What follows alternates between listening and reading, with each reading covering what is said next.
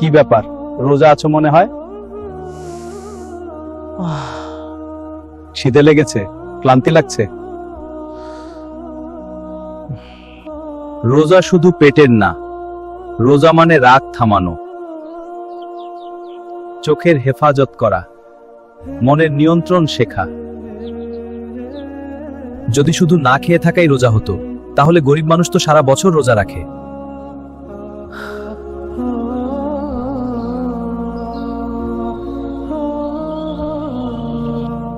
চাচা, আমি চেষ্টা করব, শুধু পেট না, মনটাও রোজা রাখবো।